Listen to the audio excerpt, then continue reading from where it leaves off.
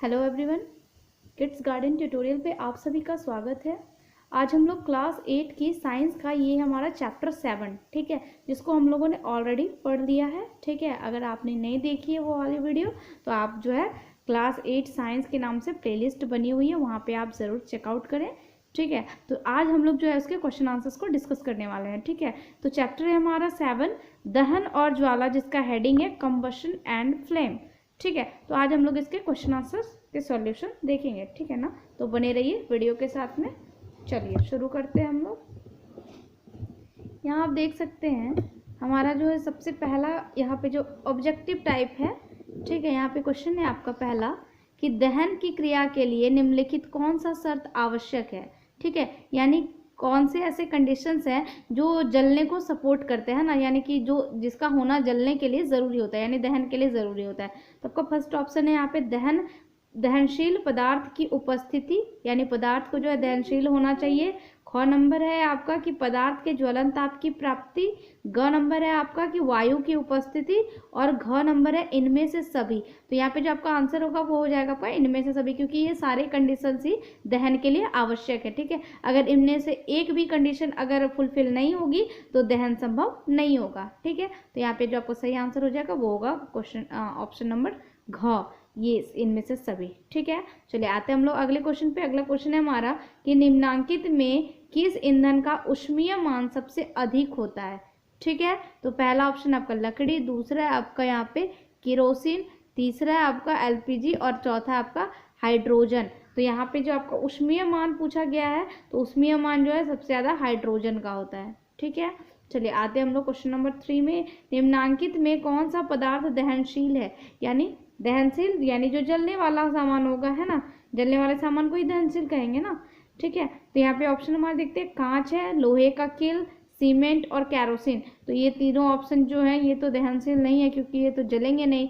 तो आप यहाँ जो ऑप्शन नंबर घ है आपका वो आपका सही हो जाएगा, केरोसिन, ये आपका दहनशील पदार्थ है। ठीक है, चलिए आते हम लोग क्वेश्चन नंबर 4 में। निम्नांकित में से कौन सा पदार्थ अदहनशील है। ठीक है, यानी जो कि नहीं जलेगा। ठीक है, तो लकड़ी ये भी जलने वाली चीज़ें हैं, कोयला ये भी जलती है, पेट्रोल भी जलता है, और पत्थर जो है नहीं जल सकता है। ठीक है, तो ये आपका अदहनशील हो जाएगा, तो आपका घ नंबर आंसर बिल्कुल सही हो जाएगा। ठीक है, चलिए आते हैं हम लोग अगले क्वेश्चन पे। क्वेश्चन नंबर 5 है हमारा कि किसी पदार्थ के दहन का पोषक पदार्थ है। ठीक है, यानी जो दहन को जो है जलने को जो है जो सपोर्ट करता है। ठीक है, तो यहाँ पे आपका क में है कि कार्बन, फिर है आपका जल, ऑक्सीजन और कार्बन मोनोऑक्साइड। तो यहाँ पे जो है ऑक्सीजन आपका सही आंसर हो जाएगा। ठीक है, पोषक पदार्थ पूछा गया नहीं जो उसका सपोर्ट करे, दहन का सपोर्ट करे, तो उसके लिए ऑक्सीजन ज़रूरी है। वायु की उपस्थिति में ही दहन संभव है ना, अभी हम लोगों ने जाना था। चलिए क्वेश्चन नंबर 5 देख लेते हैं। खाना पकाने के लिए सबसे अच्छा ईंधन कौन सा है। तो यहाँ पे आपका पहला लकड़ी, दूसरा है कोयला, तीसरा एलपीजी और चौथा आपका हाइड्रोजन। तो यहाँ पे आपका जो सही आंसर होगा वो हो जाएगा आपका एलपीजी। ठीक है, खाना पकाने के लिए सबसे अच्छा ईंधन एलपीजी हो जाएगा। ठीक है, अब आप लोग देख सकते हैं यहाँ पे कुछ क्वेश्चन आंसर दिए हुए हैं, है ना, तो इनके हम लोग सॉल्यूशंस देख लेते हैं। ठीक है, चलिए क्वेश्चन आंसर शुरू करने से पहले अगर आप मेरे चैनल पे पहली बार आए हैं या फिर नए हैं और आपने अगर अभी तक मेरे चैनल को सब्सक्राइब नहीं किया तो प्लीज़ चैनल को सब्सक्राइब ज़रूर कर ले और बेल आइकन प्रेस कर दें, ताकि आपको जो है अगले चैप्टर्स की जब मैं वीडियो अपलोड करूँ तो आपको उसकी नोटिफिकेशन मिल जाए और आप अपनी पढ़ाई बेहतर तरीके से कर पाएँ। ठीक है, तो चलिए शुरू करते हैं हम। क्वेश्चन नंबर 2 है हमारा कि दहन की परिस्थितियों की सूची बनाइए। ठीक है, यानी दहन के लिए जो आवश्यक परिस्थिति चाहिए वो कौन सी परिस्थितियां हैं। ठीक है, तो यहाँ पे आंसर आप देख सकते हैं कि दहन के लिए आवश्यक परिस्थितियां निम्न है। तो कौन कौन सी है, तो पदार्थ का अदहनशील होना, ठीक है, वायु यानी कि ऑक्सीजन की उपस्थिति, ठीक है, वायु यानी कि ऑक्सीजन की उपस्थिति, और तीसरा हमारा कि ज्वलन ताप। ये तीनों ही कंडीशन चाहिए तभी दहन संभव होगा। अगर इन तीनों में से कोई भी एक कंडीशन अगर फुलफिल नहीं हो पा रहा है तो दहन संभव नहीं हो पाएगा। ठीक है, चलिए आते हैं हम लोग अगले क्वेश्चन पे। अगला क्वेश्चन यहाँ पे आप देख सकते हैं कि ईंधन के रूप में एलपीजी और लकड़ी की तुलना कीजिए। ठीक है, ईंधन के रूप में तो हम लोग एलपीजी को भी जलाते हैं घर में और लकड़ी का भी यूज़ किया जाता है ना, लेकिन दोनों में क्या डिफरेंस है या फिर किसी में क्या फ़ायदा और क्या नुकसान है। ठीक है, तो इसी को तुलना कहते हैं। तो चलिए समझते हैं। हमारा इसका आंसर हो जाएगा कि ईंधन के रूप में लकड़ी की तुलना में एलपीजी बेहतर है, क्योंकि एलपीजी में लकड़ी की तुलना में खाना जल्दी पकता है तथा लकड़ी जलने से CO2 तथा कार्बन मोनोऑक्साइड उत्पन्न करता है, जो काफ़ी विषैला होता है तथा श्वास संबंधी बीमारी उत्पन्न करता है। ठीक है, तो इन सब रीज़न से जो है एलपीजी बेहतर है लकड़ी की तुलना में। ठीक है, चलिए अब आते हैं हमारे 4th नंबर क्वेश्चन में कि सोने और चांदी को पिघलाने के लिए स्वर्णकार ज्वाला के किस क्षेत्र का उपयोग करते हैं और क्यों। ठीक है, आप लोगों ने भी सोना चांदी का कभी काम कराया होगा तो आप लोगों ने देखा होगा ना कि वो फुकनी से जो है फूकता है आग में और फिर उसको सोना चांदी को पिघलाता है। तो यहाँ पे हमें पूछा गया कि ज्वाला का वो कौन सा क्षेत्र का यहाँ पे उपयोग करता है। ठीक है, तो देखते हैं आंसर। देखिए, सोने और चांदी को पिघलाने के लिए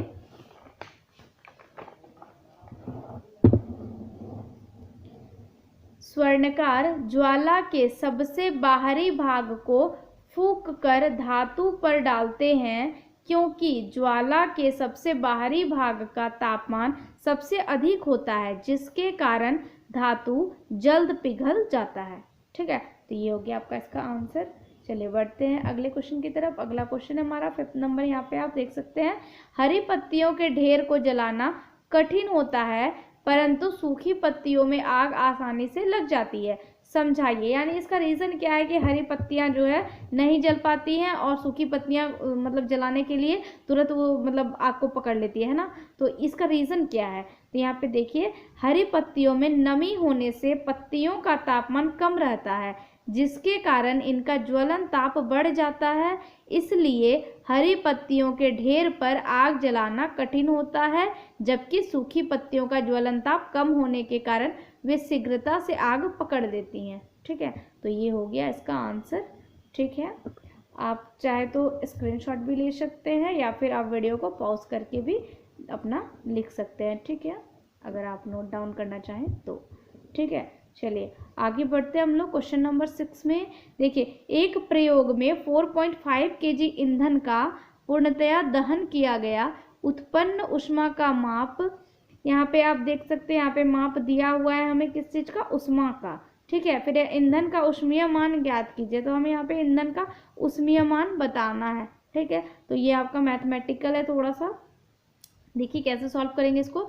तो पहले कि दिया है, क्या क्या दिया हुआ है हमारे क्वेश्चन में, तो द्रव्यमान दिया हुआ है 4.5 kg और यहाँ पे हमारी जो है ऊष्मा दी हुई है। ठीक है, तो हमारे यहाँ पे ऊष्मीय मान का जो फॉर्मूला होगा, वो जो ऊष्मा की वैल्यू होगी उसको डिवाइड करना है हमें द्रव्यमान से। ठीक है, ऊष्मा की जो वैल्यू है उसको डिवाइड करना है हमें द्रव्यमान से। तो द्रव्यमान यहाँ पे 4.5 जो कि आप तो लिखा हुआ है, तो आप यहाँ पे देख सकते हैं, इसको मैंने यहाँ पे सॉल्व किया है। तो ये आंसर जो है निकल के आई है 40,000 किलोजूल पर केजी। किलोजूल पर केजी जो है ये ऊष्मीय मान का मात्रक हो गया। ठीक है, तो इस तरह से हमें इसे सॉल्व करना है। चलिए अब आते हैं हम लोग अगले क्वेश्चन पे।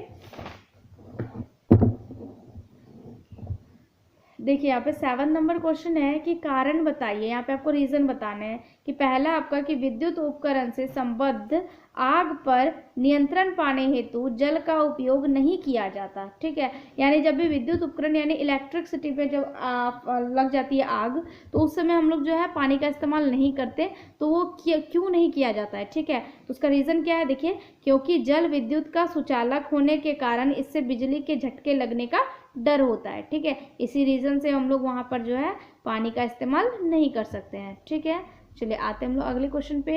ये भी हमारा कारण दीजिए का ही है कि एलपीजी लकड़ी से अच्छा घरेलू ईंधन है, तो इसका क्या रीज़न है। ठीक है, तो यहाँ पे आंसर हो जाएगा आपका क्योंकि एलपीजी का ऊष्मीय मान अधिक होता है तथा इसके जलने पर किसी भी प्रकार की जहरीली गैस नहीं निकलती, जिससे प्रदूषण का खतरा नहीं होता है। ठीक है, तो चलिए अब आगे बढ़ते हैं। क्वेश्चन नंबर 8 है हमारा कि समझाइए कि CO2 किस प्रकार आग को नियंत्रित करती है। ठीक है, तो इसका आंसर हो जाएगा आपका कि CO2 एक अच्छा अग्निशामक है।